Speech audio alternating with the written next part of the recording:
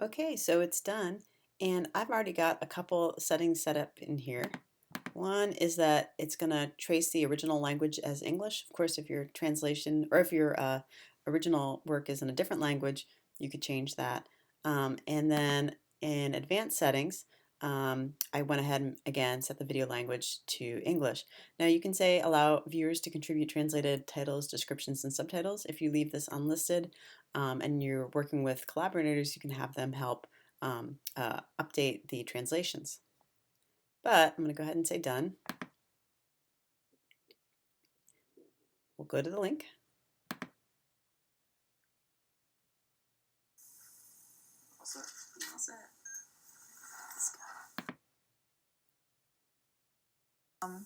And so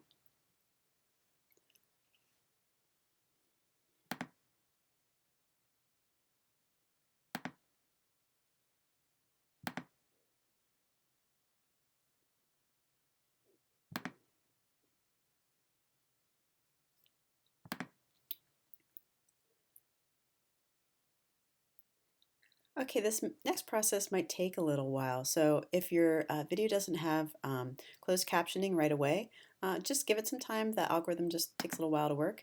And here it shows you the auto-generated, I can't speak today.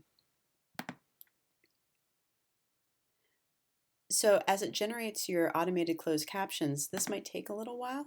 So if it's not there right away, just give it a minute. But as you go through, you can see that it's updating the closed captions for this.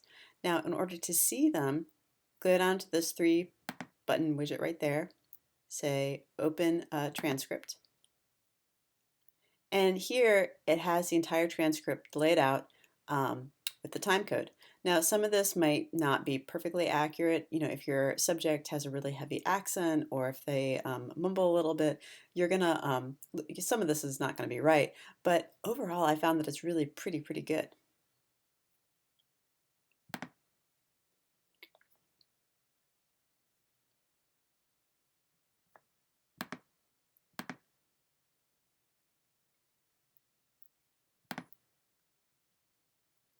So now what I can do is I'll go back to the very beginning of this, and I'm just gonna select everything.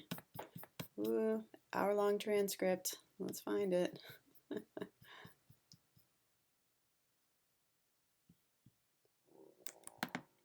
And then I'll copy it, Command C on a Mac, and then paste it into a Word document, Command V on a Mac. Or you can use another word processing document. But now you've got volumes and volumes of your transcript. I like to lay this out in 2 columns just to use less paper.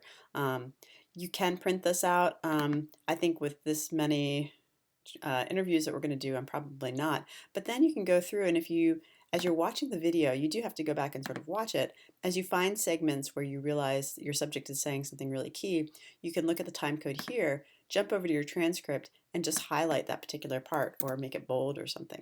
And that way, once you've gone through and marked up your transcript relative to the video footage itself and really highlighted those parts you want to keep, it really does improve your workflow quite a lot. So it's a little bit of a slow process in a way, but this is way faster than going through your interviews and writing out your transcript by hand.